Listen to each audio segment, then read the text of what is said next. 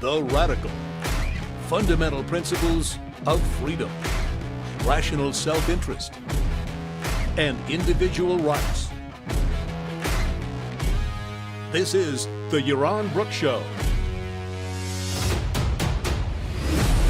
All right, everybody, welcome to Yaron Brook Show on this Friday, December 20th. Hopefully you've had a fantastic week and you're looking forward to a, relaxing weekend, productive weekend, however you want to, either way, both are good. Relaxing is good if you're being super productive. Productive is good if you still need to get some productivity in. We will be doing a show, I think, tomorrow, and a show in Hebrew on Sunday. So here in the Yaron Brook Show, we continue to plug along. There's no rest for the rest of the year.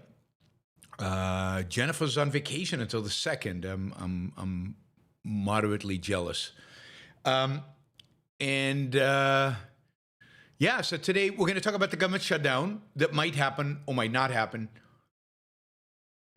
Who knows, right? I mean, Twitter knows. Maybe Twitter knows. Twitter is insane.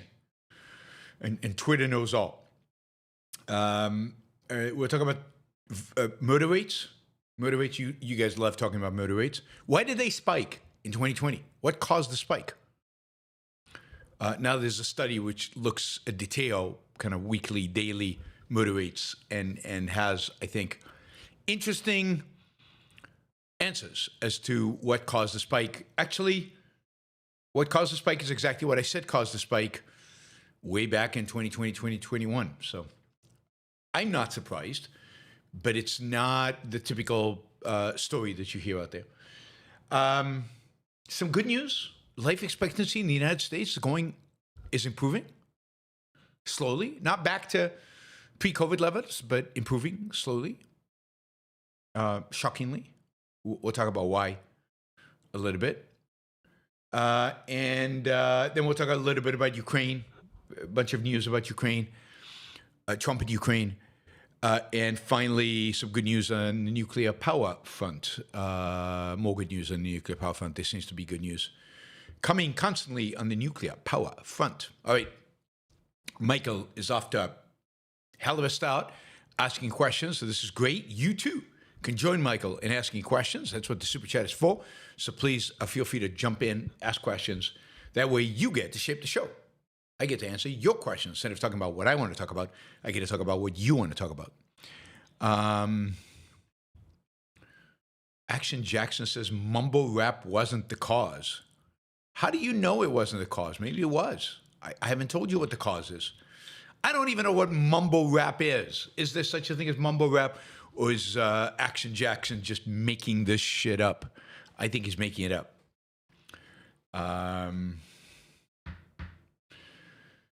So, we kind of went through the whole evolution of this budget, continuing resolution thing. We went through the whole thing yesterday.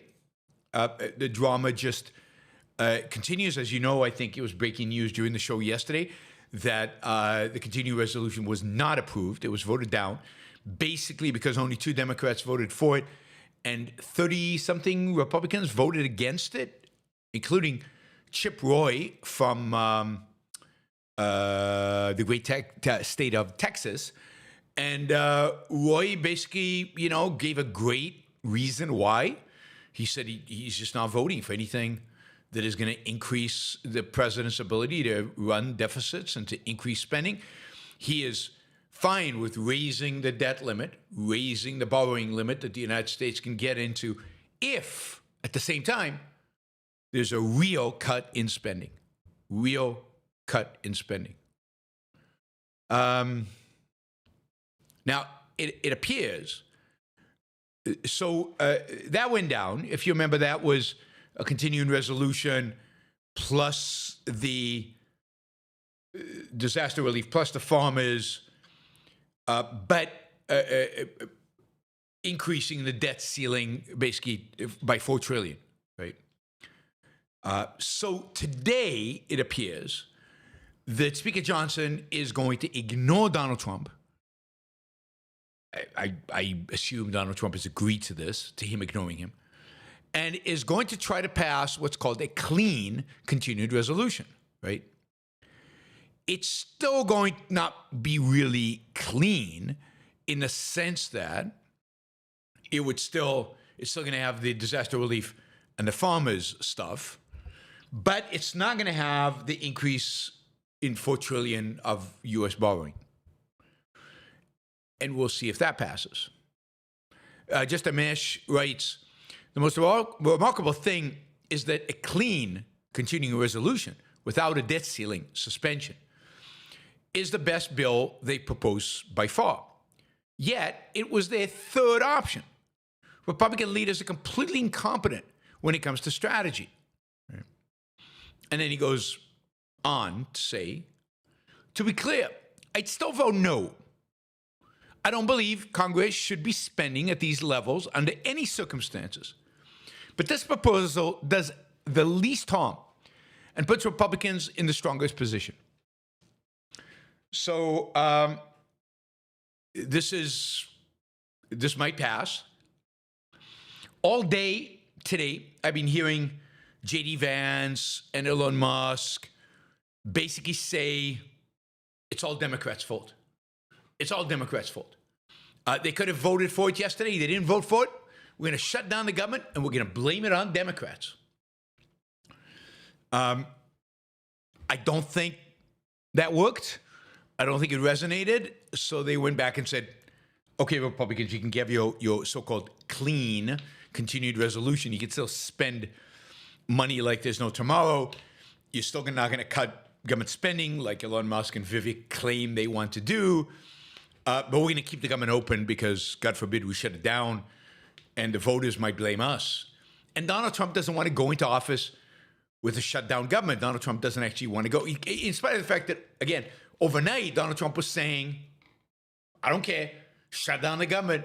It's on Biden. It's always the president who gets blamed for these things. Blame Biden. Don't blame me, even though it is Donald Trump's fault because Republicans and Democrats were going to vote for a continued resolution bill on Wednesday that would have not shut down the government. Anyway, this saga goes on and on. And here's what maybe Elon Musk and Vivek and the rest of the Doge can learn from this. Maybe they can learn from this. Well, they can't reopen it on January 3rd because they will have about the same majority in the House as they have now. And it's that lack of unanimity among Republicans in the House of Representatives that prevented them from passing the continuing resolution yesterday. 38 Republicans refused to raise the debt limit. And they only have a majority of, I think in the new Congress, 5. So it doesn't help them. It didn't even make it to the Senate where the Democrats have a majority. It can't even make it out of the House because the Republicans don't agree. And you still have some Republicans, honest Republicans, who actually care about government spending. A few, not many, a few, but enough to sink a bill that involves dramatically increasing government spending. So we will see. We will see. It's going to be really interesting dynamics because Trump is going to try to increase government spending. Musk and Vivek are going to try to decrease government spending, but they have no power. And Republicans, some of them are going to try to decrease. And there's going to be push and pull and tug and pull and push. I think one reason, people like Justin Amash, there are fewer and fewer of them in Congress is because they can't have an impact because Donald Trump is a spender. He is not about cutting government spending. He's not about shrinking government. And the Chip Roys of the world in the House are going to have a really, really hard time with Donald Trump. Anyway, I don't know if the continued resolution will pass today. There's a chance it will, right? There's a chance it will. But one of the proposals being made right now is that they increase the 1.5 trillion, the debt limit by 1.5 trillion, so the government can borrow 1.5 trillion additional dollars. I mean, notice, we've gone from billions to trillions, just like that. Billions to trillions. Trump must love that. And at the same time, Congress will commit to cutting spending over 10 years at $2.5 trillion. A promise that is worth exactly zilch, nothing. It'll never happen. So that's one of the negotiations that are going on. Note, all the negotiations are going on between Republicans. Democrats out. So it's all between Republicans. And they can't agree. They can't agree because Trump is in the middle of this. Trump is insisting on an increase in the debt limit. And he's basically saying he's going to get people to primary any representative who goes against his wishes. By the way, what happens if the government is shut down? Well, not much. Not much, right? And the deal has to be struck by midnight tonight and passed in the House and the Senate and signed by Biden. So we're probably looking for a few days of shutdown. So first, what are called essential workers? And pretty much almost all of the government is considered essential. I mean, if it wasn't essential, what's it doing in the government? So basically, the government thinks everything it does is essential. So essential workers continue as normal. They work as normal. They just don't get paid. Talk about indentured servitude. They get paid afterwards. They get it in arrears, so we don't save any money that way.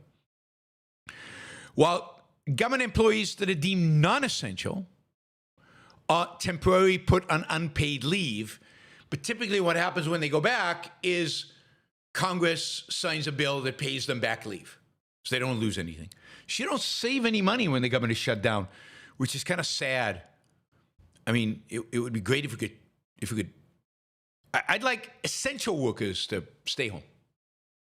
So things like food assistance programs, federally funded preschool, and student loan issuance, food inspections, and national parks are closed. They're not essential. What is essential is border protection. Oh, we don't want those immigrants taking advantage of Republicans shutting down the government. That would be bad. In-hospital medical care is essential. Law enforcement, air traffic control is essential. Social Security, Medicaid checks are essential. They keep going out. But benefit verification and card issuances stop. So you can see there's some random process by which I think government has decided, well, here's the principle. Government activities that if they stop, pissed off a lot of people, those are essential. Government services, if stopped, maybe a few poor people would notice, but nobody else would notice. They're good to go. They can be shut down. That, I think, is the criteria. I don't think there's anything beyond that. Right? So it does look like the government will shut down, at least for a while. If you remember, in 2019, the government was shut down for 36 days. Indeed, when Trump was president, there were 3 government shutdowns. And the one in January 2019 was the longest, 36 days. And, the world continued. We were told at the time, this is horrible, awful, that it will reduce GDP by huge amounts, that we will all lose money, that things will be awful, that economic activity will be reduced. And, Congressional Budget Office estimated that the long one, the 36-day, reduced economic output by $11 billion. Most of that was regained. Like 8 of that was regained. They claim $3 billion was lost. $3 billion in an economy of $15 trillion, not a big deal, not a lot of money. And I don't believe the Congressional Budget Office has a very good, just think of all the business like restaurants are going to do because the food inspector's not going to be there. That is $3 billion just there, probably. All right. There you have it.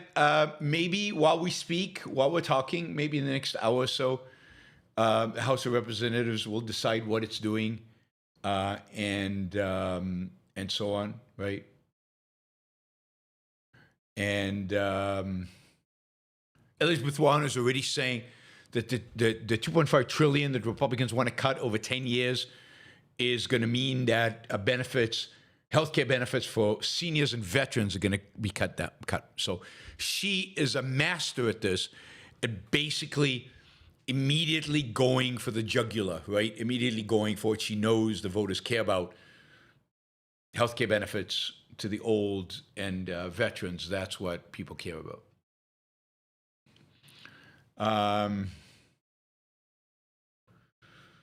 Yeah. All right. I don't see anything else happening right now yet, but things will change constantly. Elon is fighting with the leftist because the leftists are saying, because of Elon, this amount of money was cut from the bill because of Elon. And his response is, the Democrats are lying again. Yeah. In this case, they're actually not,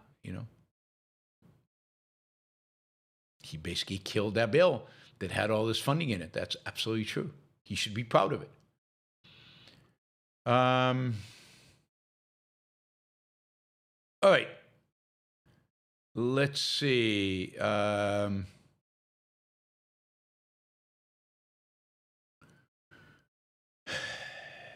Murder rates and lockdowns. So in 2020, murder rates spiked by a lot.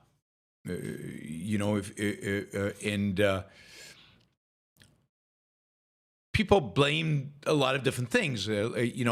Basically homicides in the average U.S. city, homicides went up by close to 30%.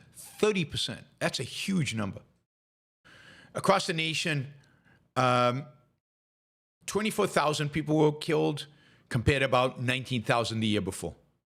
That's a huge increase, 5,000 additional deaths. And the question has been what caused it. A lot of commentators said at the time and since have blamed basically defund the police initiatives, the rollback of police enforcement after the George Floyd's death, with the idea that police were afraid to go into the streets. Police departments basically told police to back off. There was generally less policing being done.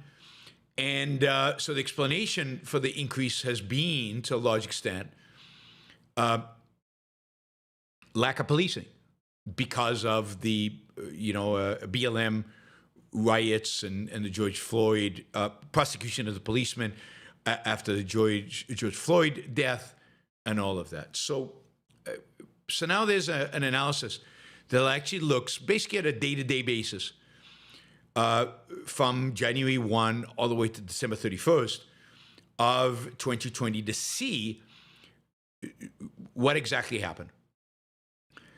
And the reality is that the largest increase and most in deaths in murder rates actually happened before George Floyd was killed. It happened it happened starting mid-April, and really continued up at a high rate through the George Floyd BLM riots until late June. Then it declined a little bit and then stayed steady but high through the rest of the year.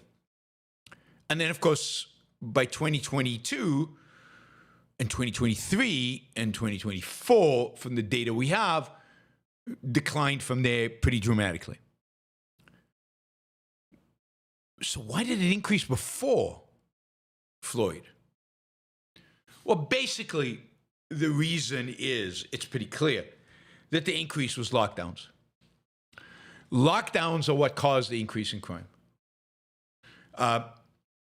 People were held up at home. They didn't have work to go to. They couldn't, they couldn't go out and easily meet with friends and hang out. And the frustration, the angst,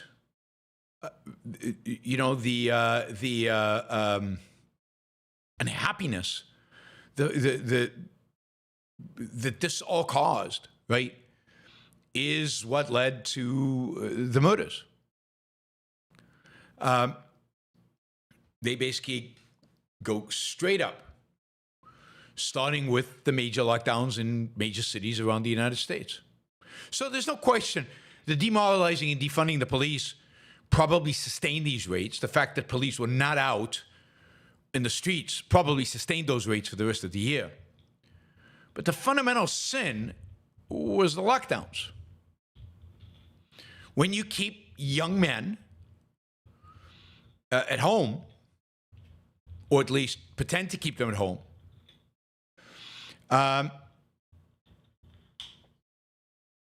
then if they're not busy, if they're not at work, if they're not at school, they get bored, and their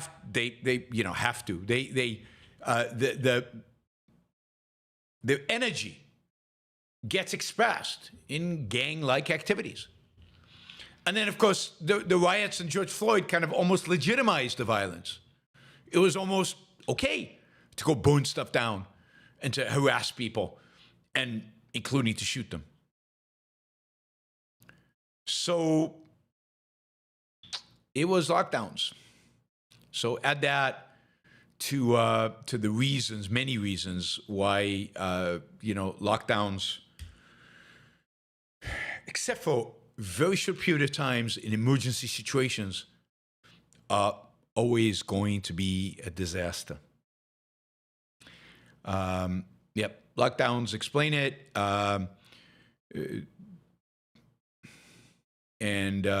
if you're interested in the data, if you're interested to see the relationship between different neighborhoods or different cities and what happened and the increase in violence in different cities and when it started and how it relates to the lockdowns, there is the report that came out was issued by the Brookings Institute, and the Brookings Institute.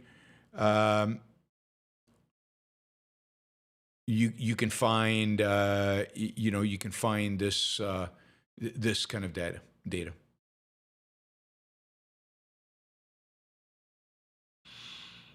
And they do a pretty thorough job. I mean, they really analyze the data. They look at examples from before 2020. So they look at other examples of murder spikes to see what actually happened. So, for example, Baton Rouge saw a significant spike in murders in 2005 as it absorbed thousands of displaced students from low-performing schools in New Orleans after Hurricane Katrina. And again, young people, not busy, not really doing anything, just hanging around, unemployed, and what you get is increase in crime.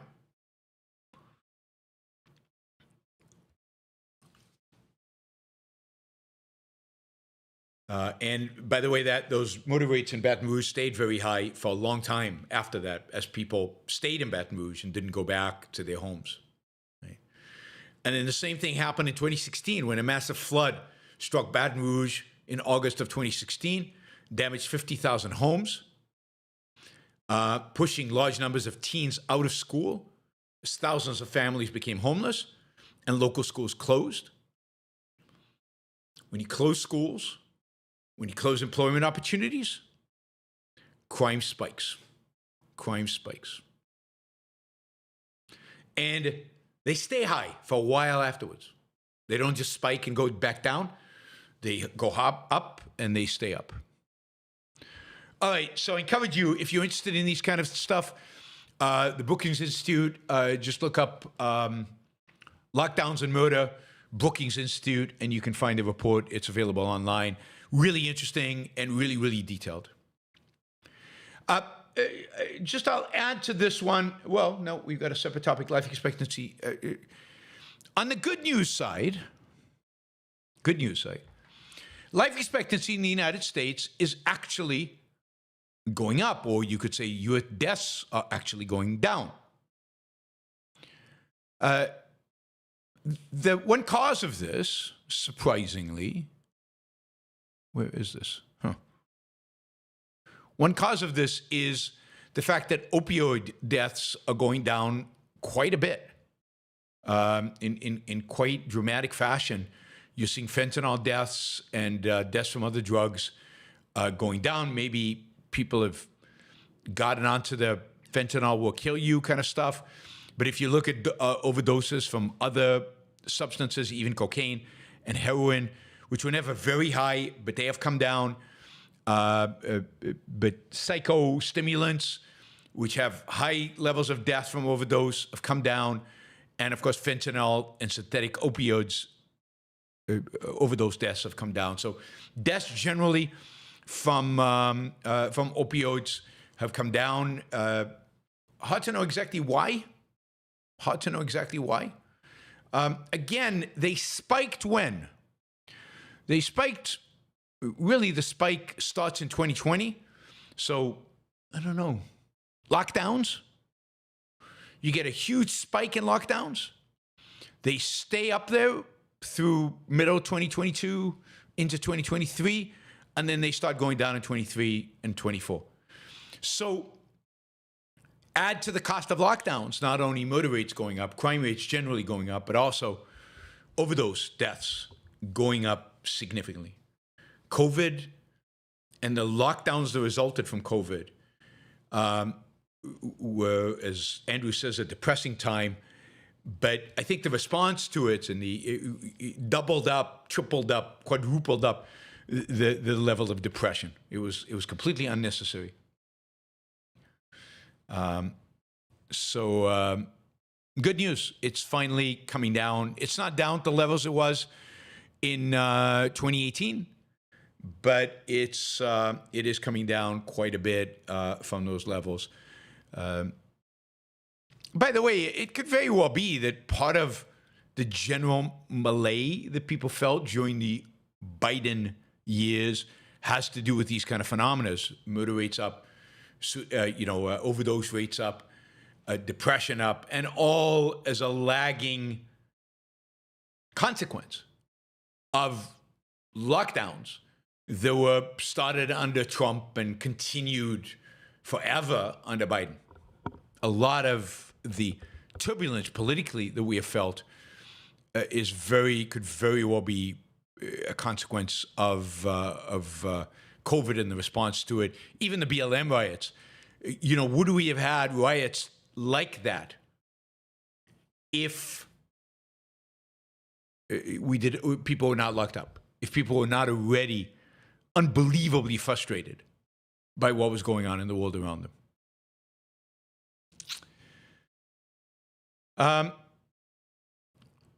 Some other reasons that life expectancy is going up has to do with the fact that deaths from other causes is also, improving, or there are fewer deaths from other causes. For example, heart disease, fewer deaths from heart disease.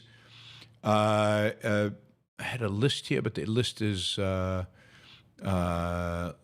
gone. Death rates are declining across all racial and ethnic groups in both men and women.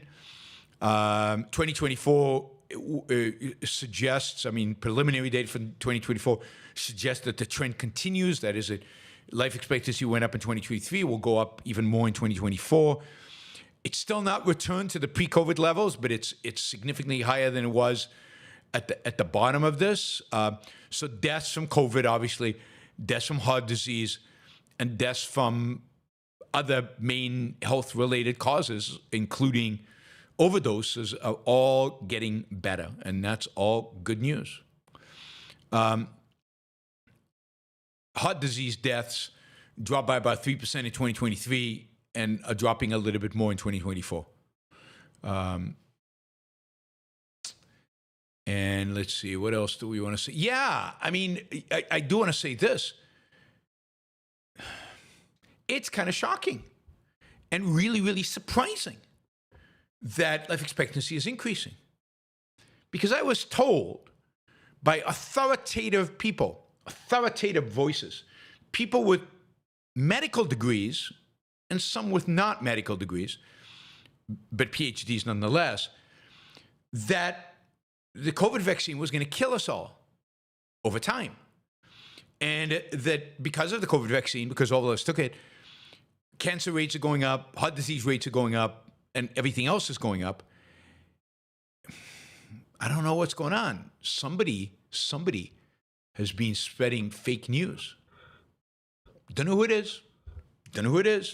But somebody seems to be, spreading fake news. So, life expectancy is improving. It could be improving a lot faster. Would be improving a lot faster if not for these anti-science bureaucrats in the government. We now have an anti-science bureaucrat who's going to be heading up the Health and Human Services.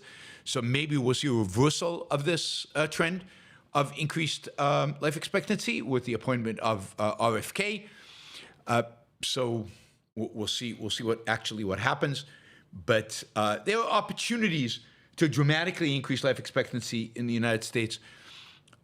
Some of what RFK is proposing is actually true. That is, people should be eating better and they should be exercising and they should be doing stuff like that. And life expectancy will probably increase dramatically if people do that. I mean, obesity is a main cause of death one way or the other, which is not really captured and can be taken care of if just people took care of themselves. All right. Enric says, doesn't RFK have to be approved by Congress? Yeah. By the Senate, not by Congress, by the Senate. Yeah. And you think he won't be? What makes you think that? He just has to get, the Republicans will control the Senate, and he just has to get all the Republicans to vote for him, and Donald Trump is going to tell them to vote for him, and why would they not do what Donald Trump tells them to do? You need about 4 Republicans to say no to RFK. Who are those 4 Republicans going to be? Who are the brave 4 Republicans who actually turn RFK down? I mean, the guy is a complete and utter nutcase. And an evil nutcase at that. A lying, evading, disgusting nutcase. Roy is a congressman, so, Roy from Texas is a Republican. He can't vote here. This is just senators. You think Ted Cruz from Texas will vote against him? No. So this is the clown show that I promised you we would have with Donald Trump, and we are having it, and it has some entertainment value, and it has some value for the Yaron Brook Show because I'm going to have a lot to talk about. But, oh my God, RFK, Health and Human Services. Oh my God, David Sussin says, Ben Shapiro came out in favor of RFK. So now you know, now there's no doubt that Ben Shapiro's basically sold his soul to the devil, in this case, Donald Trump. Completely sold out. Ben is smarter than that, more knowledgeable than that. Then he doesn't believe that the vaccines cause autism. He doesn't believe that polio vaccine causes cancer.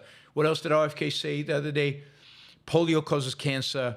Oh, what is the one that prevents cervical cancer? HPV. The HPV vaccine causes cervical cancer. And if you look at every graph, HPV vaccine, bam, cervical cancer has gone down.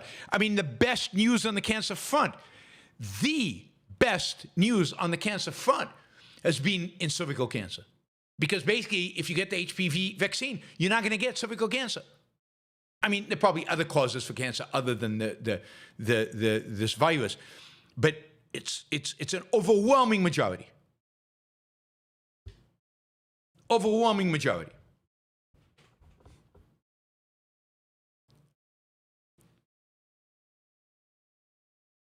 So, no, Ben doesn't just say stuff to say stuff. He says stuff to ingratiate himself on his audience. So Mark says Ben just says stuff to say stuff. No, he says stuff to make sure the audience sticks with him, that he has that good Christian audience in spite of him being a yarmulke wearing Jew. I wonder how many people Ben Shapiro lost when he basically fired Candace Owen, and she's only become more anti-Semitic since he fired her. So one could only imagine. I wonder how many people he lost as a consequence of that, though. But that's what he's trying to prevent. He's trying to prevent people abandoning him. And he does that by basically becoming a mouthpiece for anything Trump proposes. All right, it does look like there's been a terrorist attack in Germany at one of these Christmas markets. I don't know if you've ever been to a Christmas market in Germany. Really, really pretty. Lots of lights. They usually take a square. They put these like old buildings that look like old German kind of little buildings, and they sell food and stuff. And it looks like it's probably obviously to be going to be a Muslim. It took a car or a truck and drove right through the Christmas market. It says several people are dead and injured, but we don't have a lot more information about that.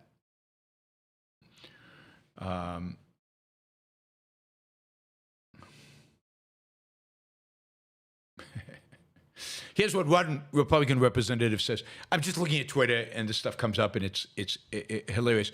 This is what this Republican congressman says. He's obviously a constitutional scholar and knows exactly what the Constitution says about the role of Congress. He says, quote, Republicans need to get on board with President Trump. Our role is really to be more of a supportive board of directors. Wow. Supportive board of directors. There goes, constitutional government. There goes the whole idea of separation of powers. Checks and balances. Remember checks and balances? Madison wrote about this. I think all the founders wrote about this in the end. Checks and balances? Out the window. Forget about checks and balances. By the way, every time there's a terrorist attack like this in Germany, the AfD, the far-right group, the far-right political group, gains in terms of popularity and increased probability that they will win or get significant presence in the next election. Yeah, there's actually video of this attack in Germany. It's pretty horrible. The car just mows down people and just keeps going. Wow, that's horrible. Yeah, there must be a number of people who are dead there. Yeah, some people not getting off the ground. That is just horrible. It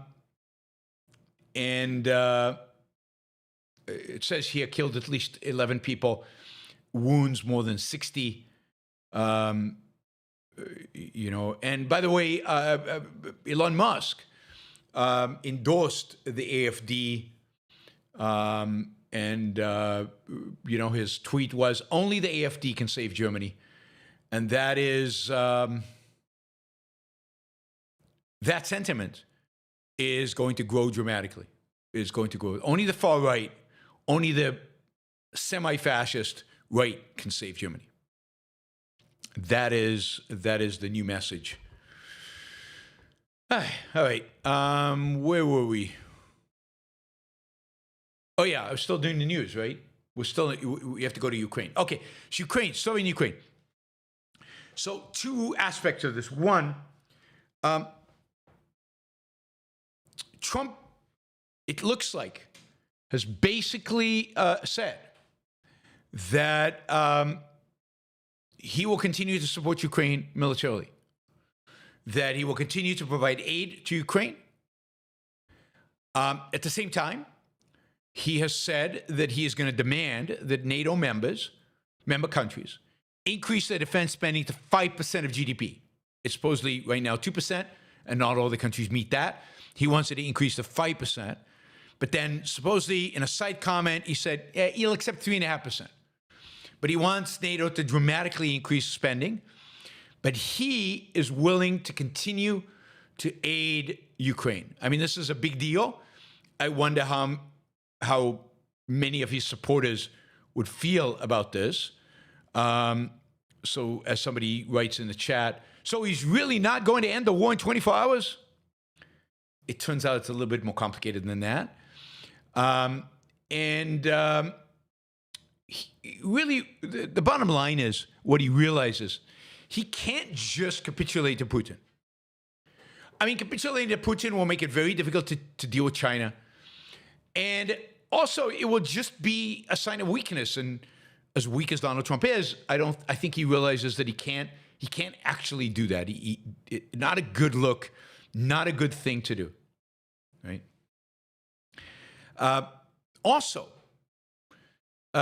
He might also realize, and this is something we talked about at the beginning of the Ukraine war, but maybe people don't remember. Ukraine is sitting on massive quantities of natural gas and minerals. Something around $26 trillion worth of, probably more. That's just one estimate of what they have. They've got massive quantities of natural gas, and part of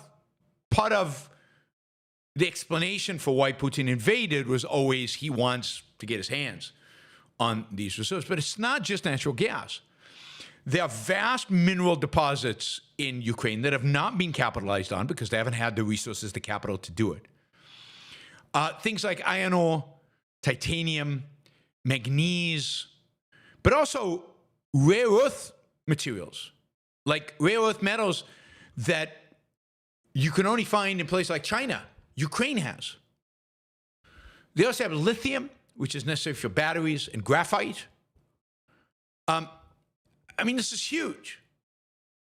And to hand all that over to the Russians, I think even Trump gets that maybe that's not a good idea. Maybe figuring out a way to at least make it possible for Ukraine to exploit these resources and then to trade them into the West is a better deal than handing them over to Russia and increasing Russia's power. So it could very well be that there are people around Trump who are more rational than J.D. Vance, who was terrible on Ukraine, and some of the others. Certainly, what's his name, the new Secretary of State, Rubio, has been fairly good on Russia. And hopefully there are others who are good on Russia. But this is going to be a constant battle within the Trump administration. Those who want to support Ukraine, want to provide them with weapons, want the war to keep going in order to give the upper hand ultimately to Ukraine. And those who want to just capitulate to Putin and ultimately view Putin as the real ally, not Western Europe. And so it's going to be really, really interesting to see who within the Republican Party has the upper hand within the Trump administration. Yeah. Within the Trump administration. PZ says lithium for batteries is not rare.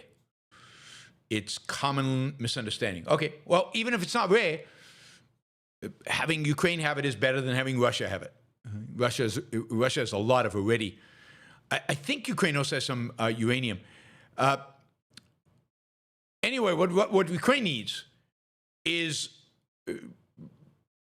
get rid of the corruption, get rid of the war, get rid of the corruption, and then see a steady flow.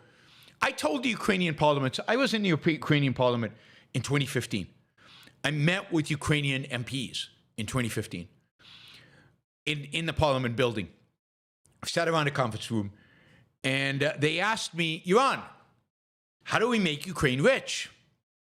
And it's a funny question because I get asked that a lot, and my answer is always the same.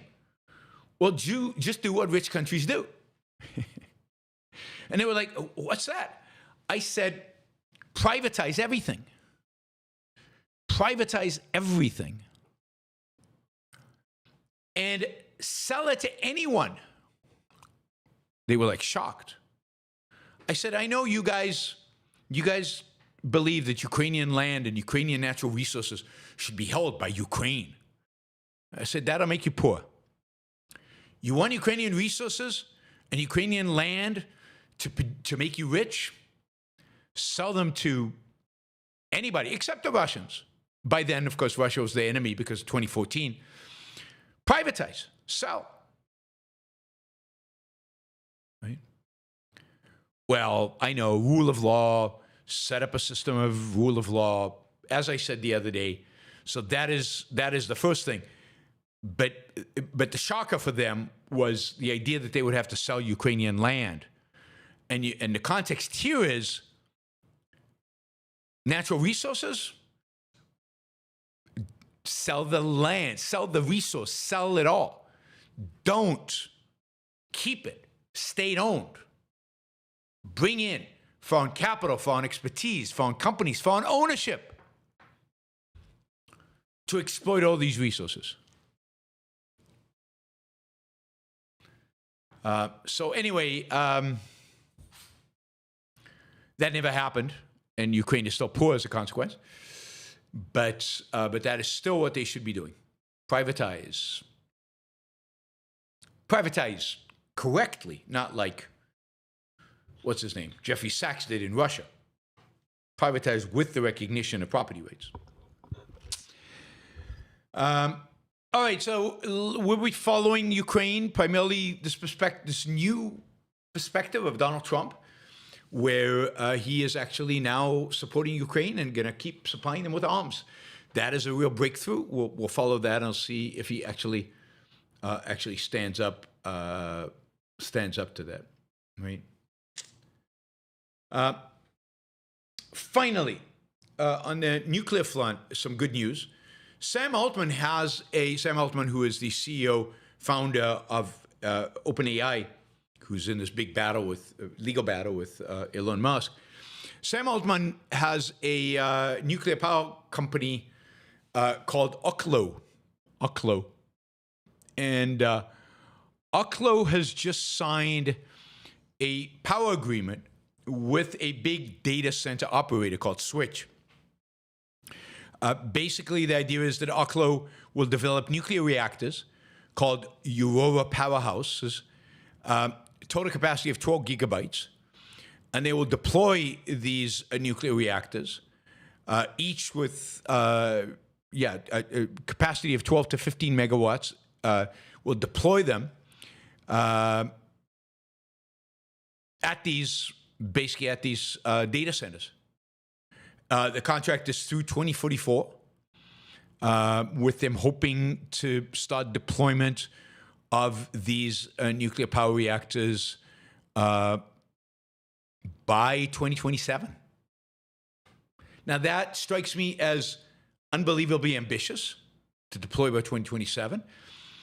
But the one area in which we might see major positive changes within the Trump administration is energy. And one of the areas in energy that I think Chris Wright and others, some of the other good appointees that Trump has made, one of the areas in energy that they want to really revolutionize and really shake things up in is nuclear. So we might see nuclear approvals for these power plants go quickly. I mean, we can hope. And 2027 might be realistic. I wouldn't say it was realistic if Biden had won. So this is the one area, generally energy, and specifically nuclear, where Trump winning is a huge plus. Is a huge plus and could make a big difference. All right, let's see. One other quick good news piece. So, autonomous taxis managed by Waymo. Waymo, the autonomous taxi company in San Francisco and I think in Arizona. Autonomous taxis have now driven 25.3 million miles. 25.3 million miles with no human being inside. You see a reduction of 88% in property damage claims and a 92% reduction in bodily injury claims compared to human drivers per mile driven. So I'll just read you from the study. The study compared Waymo's liability claims to human driver baselines, which are based on Swiss Re's data from over 500,000 claims and over 200 billion miles of exposure.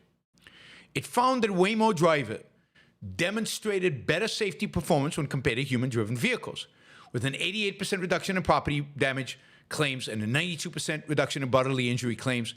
In real numbers, across 25.3 million miles, the Waymo drivers was involved in just 9 property damage claims and 2 bodily injury claims.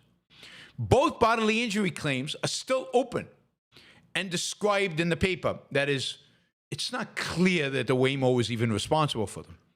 For the same distance, human drivers would be expected to have 78 property claims and 26 bodily injury claims. Now that is huge. That means this is about 90% safer. And maybe if the 2 bodily injury claims are now Waymo's fault, maybe it's 100% safer for human beings. Maybe there's a scratch and a dent here and there, but for human beings, 100% safer. Talk about life expectancy. One of the causes of death in the United States, and the United States is particularly high on this relative to other countries, is car accidents. Imagine if that goes away because of autonomous vehicles. I mean, that is super exciting. Super exciting. So, technology wins again. Wins again. PZ says only Tesla has a scalable, safe, self-driving solution. That is obviously BS. The reality is Waymo is not driving Teslas. So Waymo clearly is doing something right.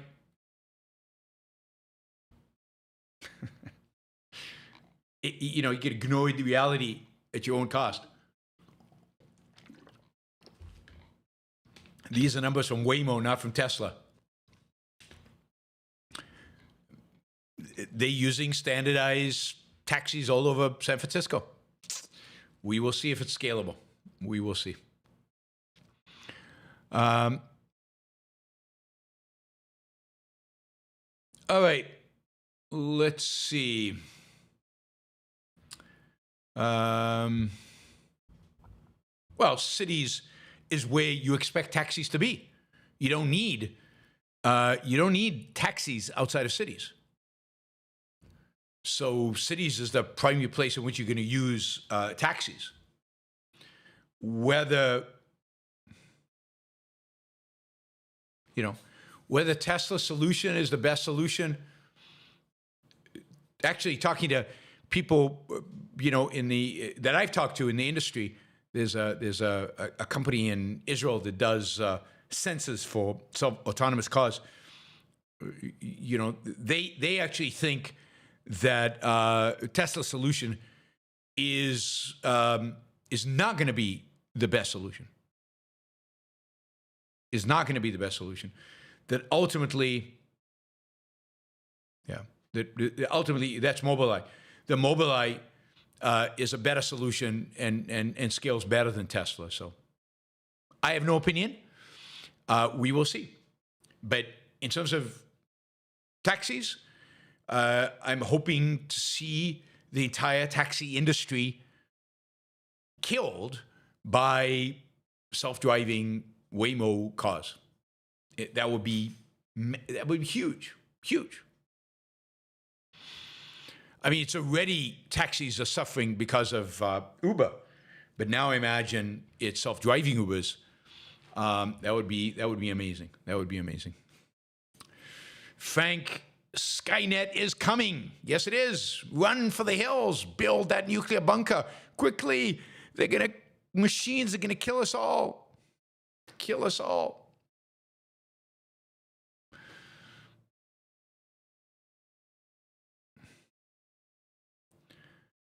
All right.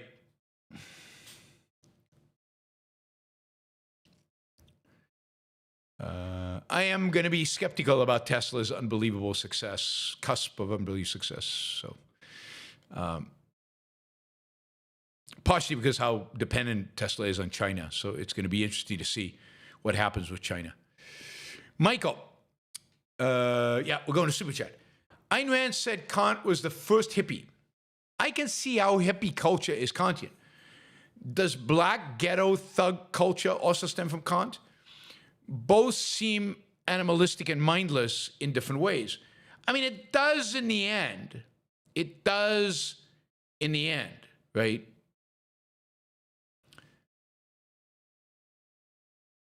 If you recognize that Kant is responsible for kind of the moral subjectivism that makes black ghetto thug culture not just exist, but thrive in the culture. So that kind of subjectivism, that kind of detachment from reality, from standards, from real values that Rand says Kant is responsible for. And in that sense, yeah, he is responsible for that as well. But there's a sense in which Kant is responsible for every aspect of bad culture in existence today. Because he is the major influence on modern philosophy, and most of its different variants, even the ones that reject Kant, are Kantian without knowing it. At least that's Rand's and Leonard Peikoff's view. Right? They were the philosophers. When you deny reason, you open up the world to any subjective, any crazy, any irrational idea.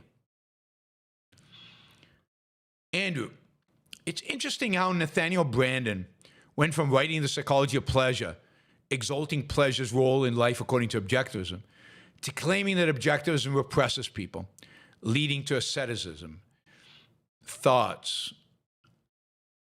Yeah, I mean, the Nathaniel Branden phenomenon is a complicated phenomenon because I would argue that a lot of the repression that Nathaniel Branden blames on objectivists was something that he promoted when he was kind of the leader, second only to Ayn Rand, within objectivism. When you hear stories about the objectivist movement in those days, it did encourage repression. It was a movement scared of Nathaniel Branden, scared of his judgment. And all of that comes across in his autobiography. That is, it's not that he hides this fact about himself and how he interacted with the objectivist movement and what he kind of demanded of the objectivist movement. He was a very, very negative force within the movement, driving it towards this asceticism and repression. So then to criticize something that he was instrumental in creating, it's not inherent in objectivism, but it is inherent in, I think, Nathaniel Branden's rationalistic or repressed approach to objectivism. And if you understand what happened to him, he basically was faking his objectivism, so of course it was repressed. He was repressing his true self. So Nathaniel is a complicated character. David, thank you, $50. Thank you, David. And by the way, we're still $100 short from our first hour, and we just hit the first hour. So second day in a row, we're coming up short. David says, how does government spending add to GDP? There's no added value, right? Well, I mean, the proponents of government spending claim there is. I mean, it's building infrastructure, and it's creating economic stability, and it's providing, I don't know, they all claim it is. Much of it is not, obviously. It's not added value. But the reality is that just the way it's calculated, GDP, the way you calculate it, it includes government expenditure as one part of the GDP formula, and it's additive. So basically, government spending, the higher the government spending is, the higher the GDP.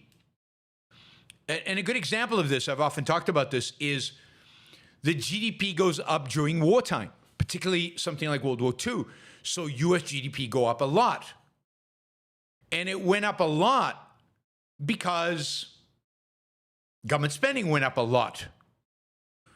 But when government spending went up a lot, standard of living went down because of taxes and debt. Private investment went down.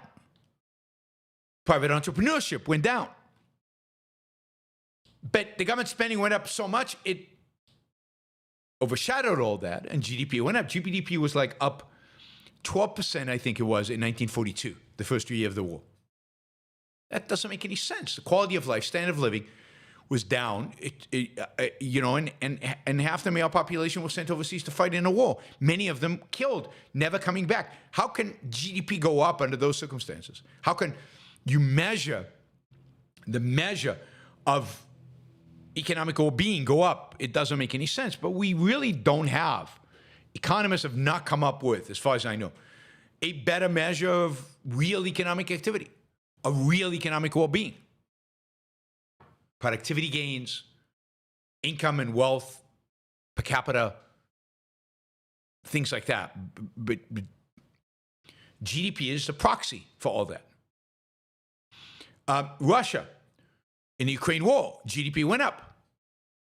It actually does add up. Mathematically, it all works. But because GDP doesn't take into account a lot of stuff. So the stuff that is depleted, taken out of the economy during a war, it's not counted. So it's not a negative. But the government spending does count. So it's added. So it doesn't make any sense in the sense of a descriptor, a good descriptor of economic activity, but it's all we got. There's just no better measure that is regularly reported, much better measure that's regularly reported than we have. Again, Russia is experiencing the same thing. GDP is going up during the war with Ukraine, even though quality of life, standard of living, even the number of people is shrinking because people are leaving Russia. And their GDP is going up. Why? Because government spending on military, on paying soldiers, on building weapons. And that counts towards GDP.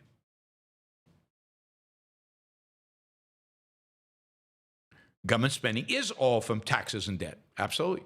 Or it could also be from printing money. But it doesn't matter. That is, the taxes and debt are not reduced on the other side of GDP. That is, GDP is just an increase. GDP just measures government spending, and some other things.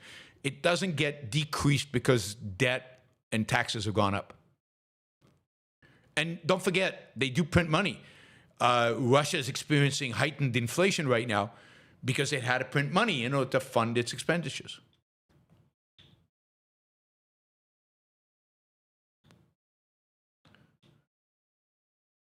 Well, we can explain it. I'm not sure what the issue is. We can absolutely explain it. The math all works. There's no problem with the math, and it makes complete sense. That is, GDP is measuring not actual increased production in the economy, what GDP is, or wealth creation in the economy. GDP is measuring government spending and some aspects of private industry. That's it. That's what it's measuring. So as long as you know what it's measuring it right. And it's completely understandable. It's completely true. And if you believe, like most Keynesians believe, and neo-Keynesians and statists of left and right, that government expenditure is what generates economic activity, then it's a very flawed measure of well-being. Very flawed. To what extent, James asked, to what extent has your audience made you more optimistic since you started the YBS show? Yeah, I don't know. I think it's sometimes makes me more optimistic, and sometimes it makes me more pessimistic. When I see some of the stuff on the chat, it makes me more pessimistic. So it varies. Yeah, but overall, I think that the growth, the nice steady growth in income over the years, the general support that you guys provide, the passion you have for these ideas, yeah, all of that on net increases my my optimism. By the way, Erdogan, president of Turkey, recently, I think today or yesterday, has claimed that Jerusalem is part of, in a sense, Greater Turkey, harkening back to, again, the Ottoman Empire.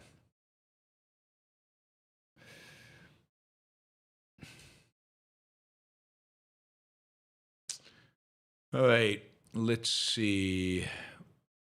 We're still exactly $56 short, just to keep you updated in terms of where we are in terms of a goal, $56 short, but that's only for the first hour. There's another $250 for the second hour. All right, thank you. I saw John for the $20 and Mary Aline for the $10. Thank you for the stickers. Really, really appreciate that. You too can do a sticker. You too, yeah, Super Chat is lackluster yesterday and today. Not sure what's going on. Maybe people are saving up for December 31st, both questions and money. Hopefully it's not a bad omen for December 31st, but maybe people are saving up. Because on December 31st, we're doing a big fundraiser. We'll start it on December 31st at 1 p.m. Eastern Time, and we'll just go until we raise at least $15,000. That's the goal. That's the goal. What else did I? Yeah. So, yeah. Also want to remind people, if you want to support the show on a monthly basis, Patreon's a great way to do it. One of the things that if you do $10 on Patreon, if you do $10 a month on Patreon, you can also then get the audio, the podcast, on any podcasting app you want, free of advertising. You get a special link to be able to get it free of advertising for $10 or more on Patreon. So Patreon, again, is making that possible.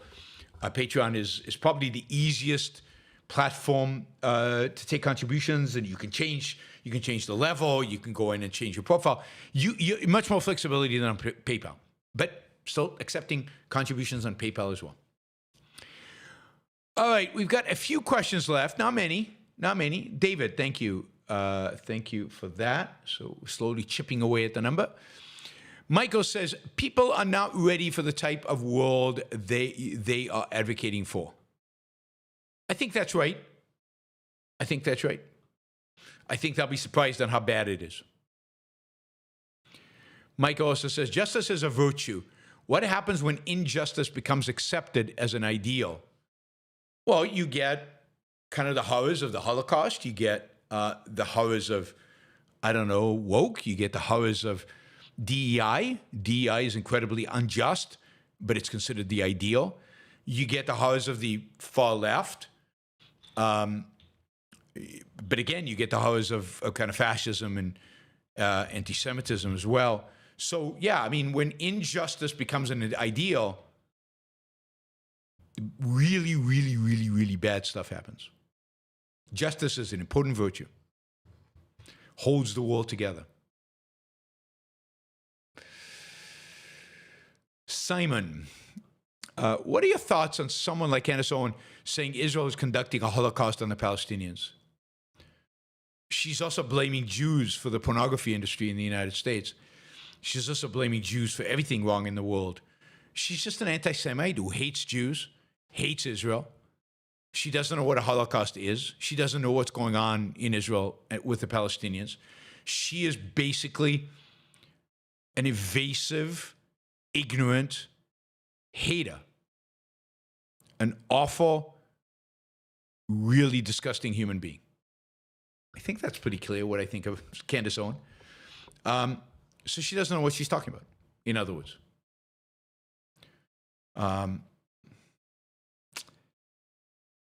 Frank, did Russia really make cancer vaccines, or is it BS? I mean, a lot of companies around the world are working on cancer vaccines. Some forms of cancer, more than expected. Some forms of cancer are created by a virus, like cervical cancer.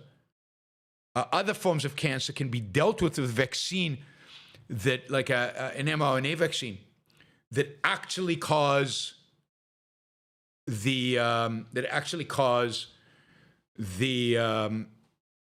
body itself to fight the cancer cells.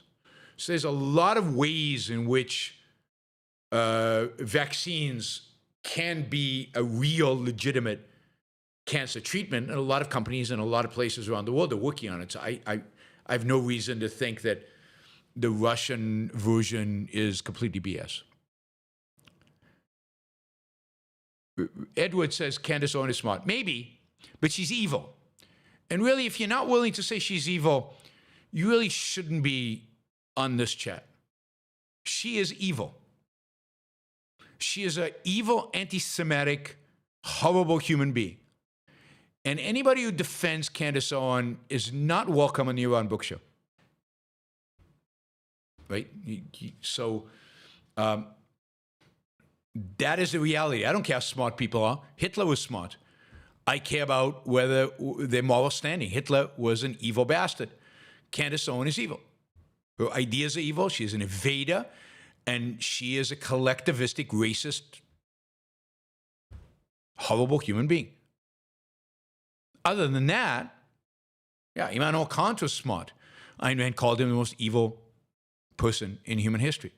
So smart has nothing to do with it. It's a question of whether you're willing to pass moral judgment on her. Kirill, thank you for the 500 check something or other. I hear quite often that rich people don't need liquid cash, as they can just borrow against their stock value and keep reborrowing and perpetually stay rich. Something along those lines. Is this silly? If yes, why? Well, I mean, they only stay rich as long as their stock portfolio does well. It is true that they can borrow against the stock, just like they can borrow against their homes. They can borrow against the real estate they might have. So a lot of ways in which you can, if you have assets, as stocks are assets, gain liquidity through borrowing. But you have to pay back the borrowing. At some point, you have to have cash flow coming in that pays for it, which will require you either to have income, maybe from dividends, maybe from work you do, or sell the stock or the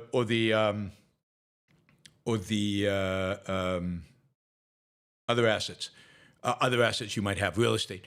So you got to pay interest on the loan. Hopefully your stock portfolio is doing better than what you're paying interest on the loans. So it's kind of a, there's truth to what they're saying, but so what? It doesn't mean anything. It doesn't say anything. And it's not a very sophisticated truth. That is, there's a lot of detail that goes into that, right? There's a lot of detail in terms of how much interest you're making, how are the stocks doing.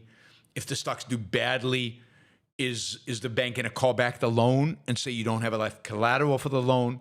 You can't borrow the entire value of your stock, so you can only borrow a certain percentage of it. So it's not a perpetual motion machine, because you keep spending. Ultimately, the loan has to be paid off. Some point, whether after you die or whenever, it has to be paid off. And the way it gets paid off is by selling those stocks or by selling that real estate. It's like, having a mortgage. and constantly you're paying your mortgage off, so your principal increases, but you keep taking second mortgages on the increased value of principal. Well, it's still true that one day, maybe when you sell the house, you're going to have to pay the loan off. And you have to make payments on a monthly basis, and you have to have some income coming from somewhere to pay that off. So there's no free money. It's not a perpetual wealth machine. There's no such thing. Berlin says, happy holidays, everyone. Thank you, Berlin. By the way, we're $18 short of our first hour goal, even though we're well into our second hour. Aten, can dating apps have positive incentives when people remove them after finding one partner? Is polyamory immoral, in your opinion, or under objectivist ethics? Can dating apps have positive incentive when people remove them after finding one partner? I'm not sure I understand that. So you remove them, and then the incentive is to stay with the partner because you don't have the app anymore? Well, you can upload the app back. It's not that much work. I don't know. And do you really need an incentive to stay with somebody you don't want to stay with otherwise? So no, I don't think. Maybe.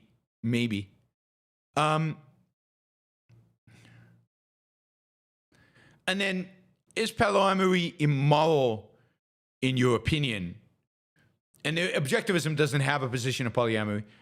In my opinion, it's not per se immoral,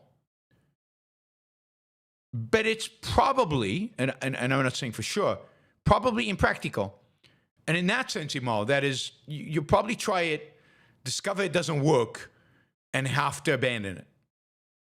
And if you do that and figure out it doesn't work, and then keep doing it, then that becomes immoral. But maybe people have to discover that for themselves. Maybe it's something you have to experiment with to discover that it doesn't work. So,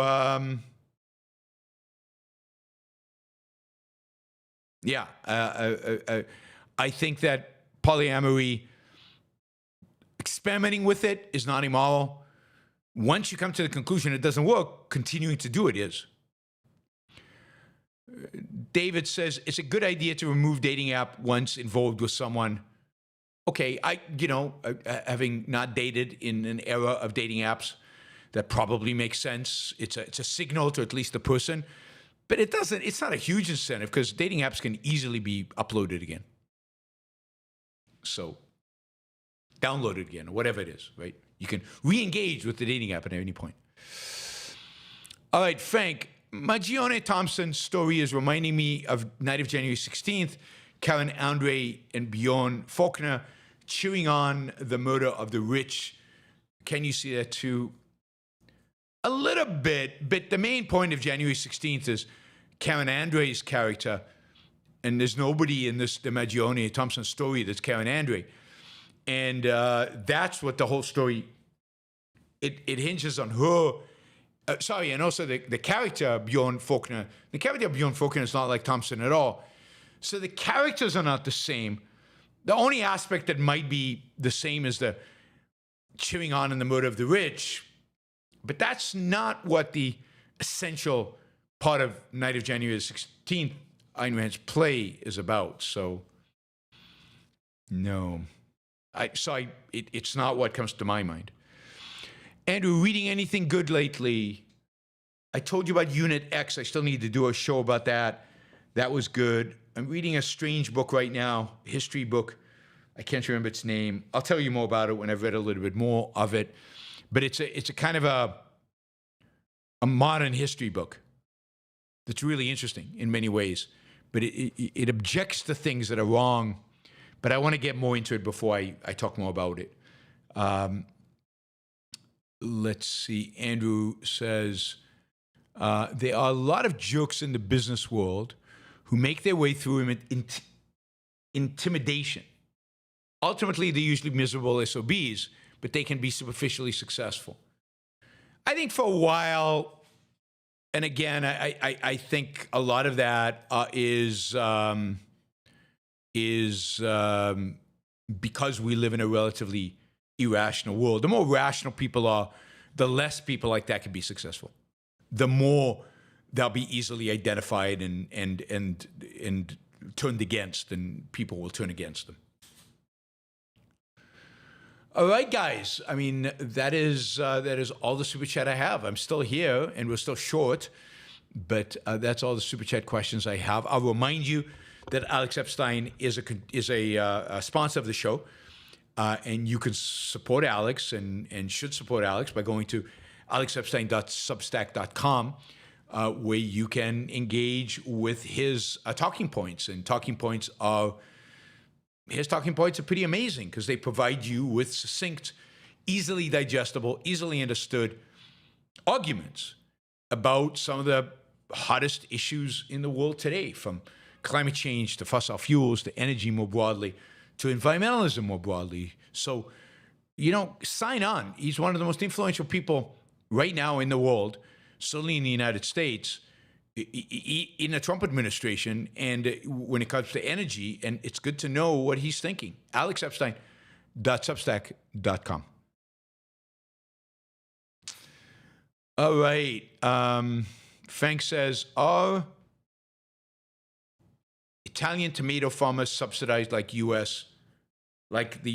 I don't know, like USA corn. It's quite possible. Italian farmers generally are heavily subsidized. I don't know about tomato farmers. And generally, European farmers, massive subsidies across the board on European farmers. It's in Europe, it might be the most subsidized of all products is farming. And this is why people are really upset by the fact that Europe looks like it's going to sign a free trade agreement with South America that includes farming products, right? But yes, farming generally heavily subsidized.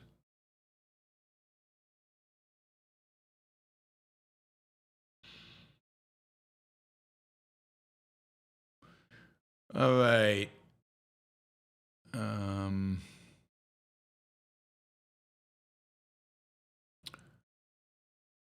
All right. We will call it a day. Let's see. As I said, there'll probably be a show tomorrow on financial regulation, on financial deregulation, on getting rid of regulations in finance. That'll be 2 p.m. East Coast time, most likely. And there'll be a show in Hebrew at 11 a.m. Eastern time, 6 p.m. Israel time on Sunday. And then we'll be back to normal. There is no normal. Back to a semi-normal schedule starting again on Monday. All right, guys. See you over the weekend. Have a great weekend. See you soon. Bye, everybody.